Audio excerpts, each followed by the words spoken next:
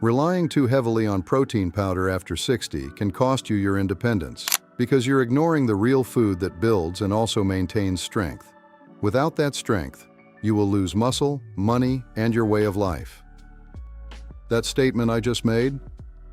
That was me a couple of years back. This occurred when I turned 60. I was a working father in Italy, growing a business for men over the age of 60 while juggling long work days, family obligations, and limited meal times. This caused me to rely heavily on protein powder shakes rather than actual nutritious food. In this video, my goal is to give you a clear, 3-step, practical guide based on research for men over 60 and my own personal lived experiences. Here's the plan. I will start with the food first rule, when real meals are enough, followed by situational use, when powder might serve as a backup, and then round it up with simple control rules for buying and timing to avoid waste. For a deeper dive, I've linked the research sources in the description. Now, let's get into the problem.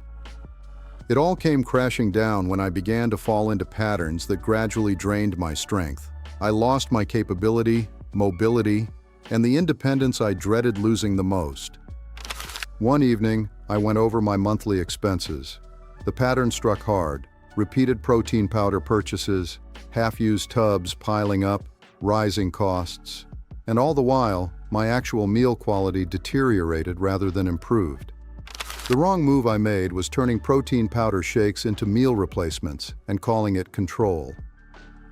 When I opened my kitchen cupboard, I found 4 tubs of protein powder, 2 barely touched and 1 expired.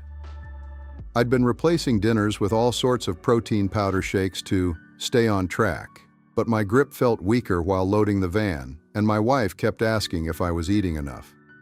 The math didn't add up. More powder, less capability. Are you in the same pattern? Here's the question you should be asking. Are you using protein powder every day or replacing meals to feel disciplined? Let me know in the comments section. First step, the food first rule. I was solving the wrong problem, and unfortunately, I thought I was doing the right thing. However, here's the danger most men over 60 face. The more you use protein powder as your default, or worse, as a meal replacement, the more your actual meals shrink. You think you're staying disciplined, but you're paying money to feel weaker. Your grip drops, your energy slides, and the tubs keep piling up. What does the evidence suggest?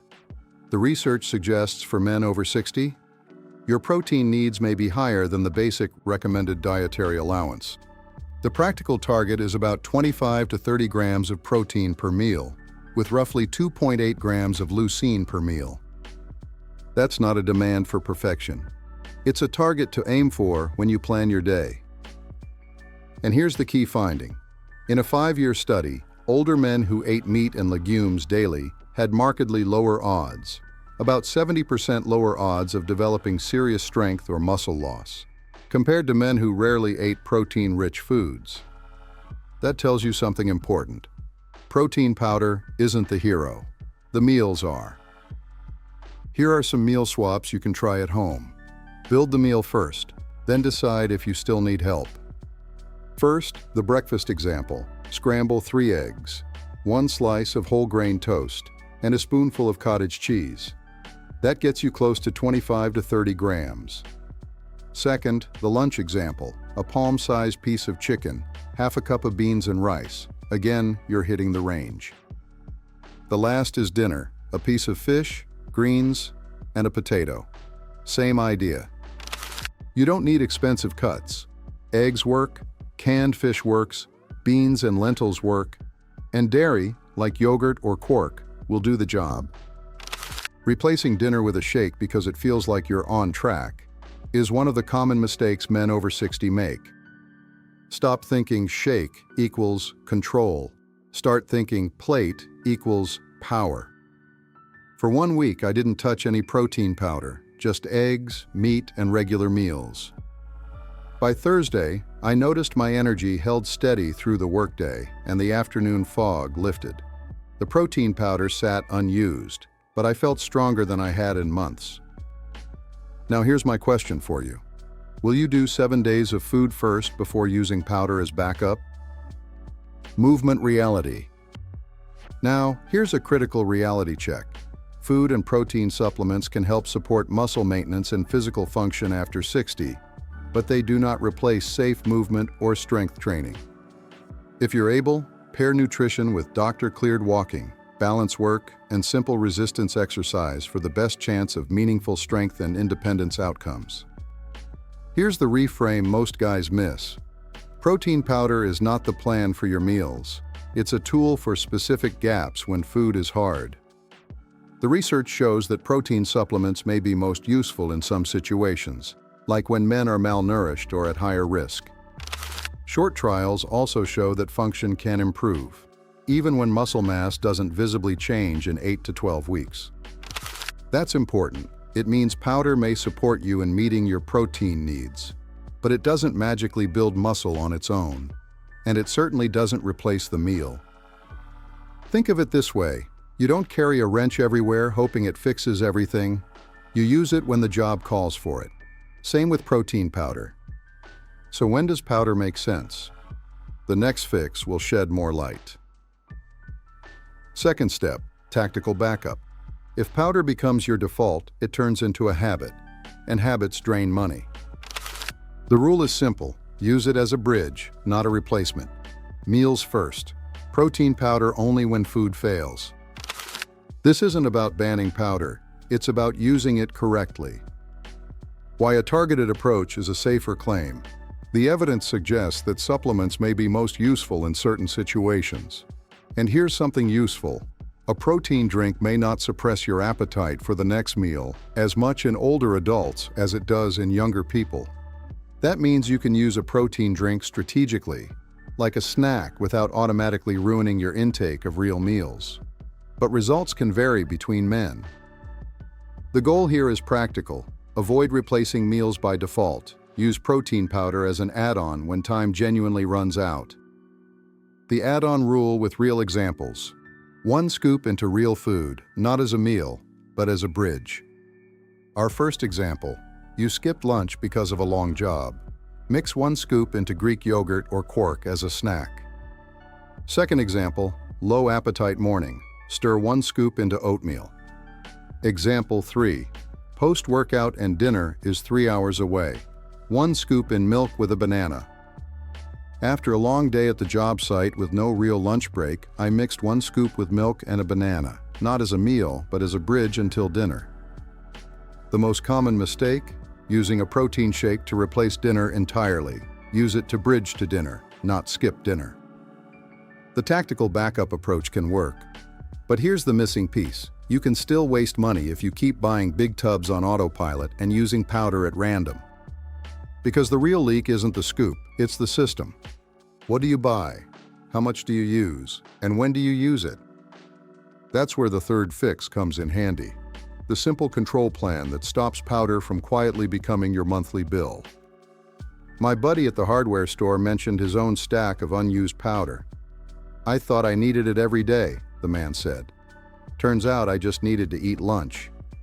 We both laughed, but the relief was real.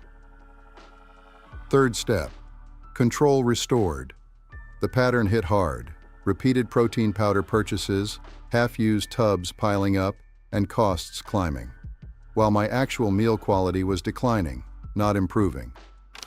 Here's the danger if step 3 is not adhered to. Without rules, protein shakes become a default purchase. You end up with half-used tubs, rising costs, and less control. The third step, or third fix, is about control you can actually keep. The research shows that varied protein sources, whether plant or animal, can be effective when your total intake is adequate. That means you don't need expensive powders to hit your protein targets if you plan your meals correctly. And here's the expectation setting you need. Function may improve before you see clear muscle mass changes in short trials. That's normal. The message is simple. You don't need protein powder to win. For many men, the right meals combined with a smart protein powder backup are sufficient. Simple control, rules you need to follow. Rule 1. Before you buy another tub, do a quick check for the week ahead. Can eggs, beans, yogurt, or canned fish cover your protein gaps? If yes, start there. It's usually cheaper. Rule 2. Use small, targeted amounts. 1 scoop into real food. Only when food is not an option, not as a daily default. Rule 3. Track 1 week of when you used powder and why. Write it down. Did time actually run out, or was it habit? One night, I reviewed my monthly spending the same way I track tools and bills. I lined up what I'd spent on powder, then compared it to what a week of eggs, yogurt, beans, and canned fish would have cost. That gap was the wake-up call. The common mistake is stockpiling multiple tubs before you've tested the food first pattern. Finish 1 tub using these rules before you buy another. Now let me show you what happened when I followed these rules. 3 months into implementation, I looked at my kitchen shelf and stopped for a second. That same tub was still there, because I wasn't drinking it out of habit anymore. But I only used it when real food wasn't an option. My monthly spending dropped, my meals got better, and I could still lift my grandson without my back complaining for the whole of the next day. Not perfect, but capable, and that mattered more. That's the realistic win, not a transformation, just maintained capability and less waste. I've been blaming the protein powder, but the real issue was what came before it. No structure, no plan, just shake now, hope later. And that's how protein powder shake quietly becomes my diet, and a huge part of my monthly bill.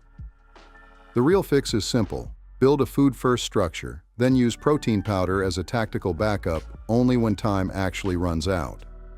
Let me recap the 3 fixes in plain language. Fix 1, meals first. Build your day around 25 to 30 grams of protein per meal using real food: eggs, meat, beans, dairy, and fish. Then you check the gap before you buy powder. Fix 2, protein powder is a bridge, never a replacement. 1 scoop into yogurt, oatmeal, or milk when time genuinely runs out, not as a default meal plan. Fix 3, control the money leak. Use protein powder shake less, only with a clear reason. Track when you use it and why. And finish 1 tub before you buy another. Simple and repeatable 1-day template. Here's your 1-day template. Build a food-first structure, using protein powder only as a tactical backup when time actually runs out. Breakfast. Start with a solid protein base.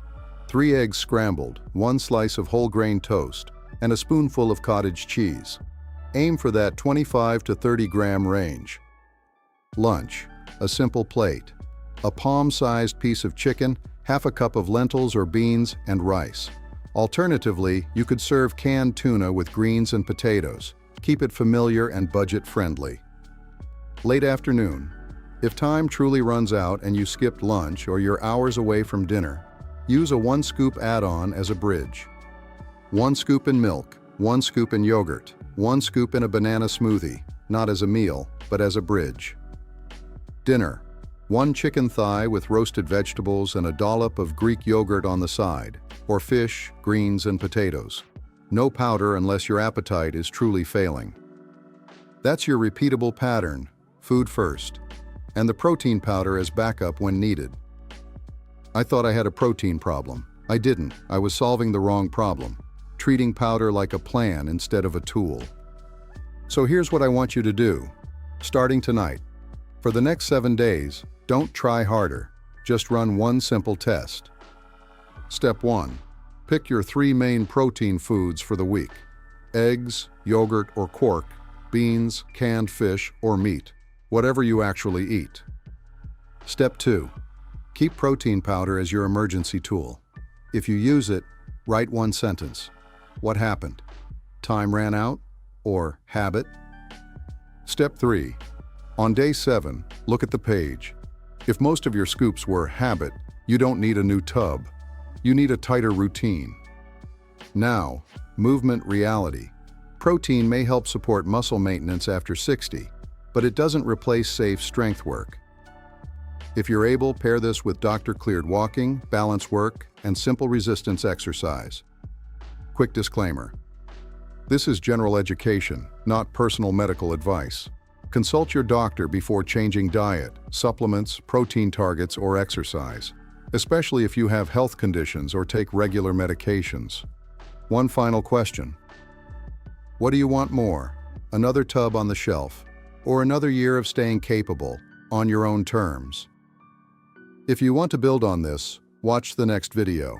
This guide will teach you 3 weekly balance and leg strength tests to perform at home, so you can see changes instead of guessing.